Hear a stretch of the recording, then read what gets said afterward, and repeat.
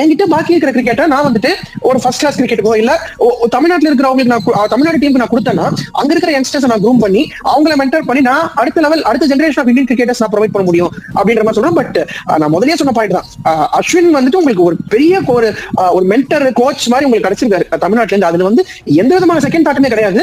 And as a player அவரோட ரோலை பக்காவா பண்ணிட்டாரு.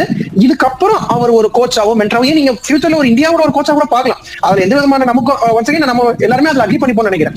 சோ அப்படின்றப்போ அவரோட ஒரு கிரிக்கெட் பிரெயினுக்கு he is going to contribute a lot more தான். சோ அப்படின்றப்போ அவருடைய போஸ்ட் ரிட்டையர்மென்ட் ஃபேஸ், அதாவது அவரோட போஸ்ட் ரிட்டையர்மென்ட் ரோல் வந்து இந்தியன் கிரிக்கெட்டுக்கு ரொம்ப ரொம்ப குரூஷியலா இருக்க போது.